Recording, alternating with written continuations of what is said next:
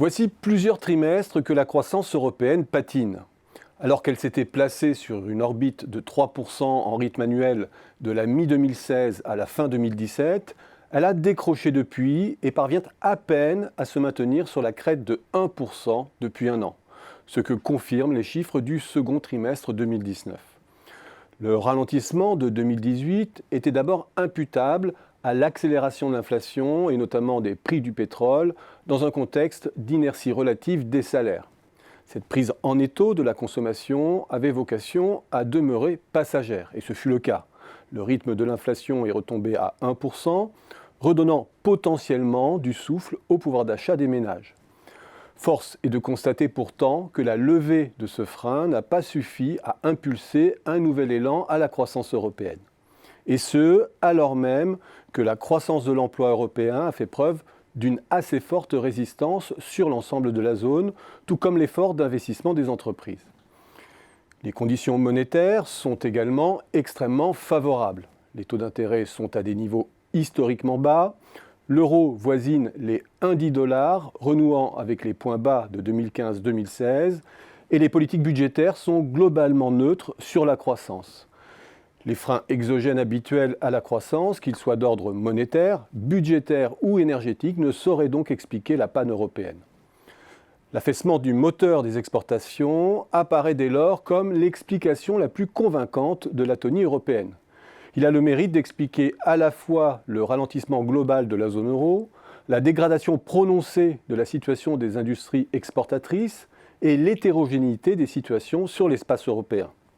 Car c'est bien l'Allemagne qui fait figure aujourd'hui de poids mort, l'Italie fermant la marche, lestant la dynamique de toute la zone. Au cœur de l'atonie européenne, il y a donc la décompensation industrielle allemande qui s'approfondit au fil des mois. Et derrière ce syndrome qui plombe le cœur exportateur de l'Europe, il est aisé de dérouler la multiplicité des causes abondamment commentées. Le durcissement de la guerre commerciale initiée par Donald Trump, avec pour effet collatéral le fort ralentissement de la Chine, marché majeur pour l'automobile et les biens d'équipement allemands, le dévissage enfin du marché britannique avec la forte probabilité d'un no deal. Il y a pourtant à ce jour un certain hiatus entre l'ampleur du ralentissement industriel et ce que l'on connaît de la dynamique des marchés à l'exportation allemands ou européens. Le coup de frein n'est bien palpable que depuis juin et ne fait pas encore tendance. Il concerne de surcroît l'ensemble des marchés à l'exportation allemands, sans discernement, l'Asie, les États-Unis comme l'Europe. L'ampleur du ralentissement industriel qui a précédé ce reflux plus récent des débouchés externes peut simplement vouloir dire qu'il a été largement et correctement anticipé, et aggravé aussi, on le sait, par des facteurs techniques. Mais il peut vouloir dire aussi que le mal est plus diffus, touchant d'autres composantes de la demande. Car l'autre anomalie de la croissance allemande, c'est l'ampleur du mouvement d'épargne des ménages allemands. Ce mouvement s'observe dans de nombreux pays, mais de manière beaucoup moins prononcée qu'en Allemagne. Son ampleur est telle dans ce pays qu'elle mine le débouché de la production.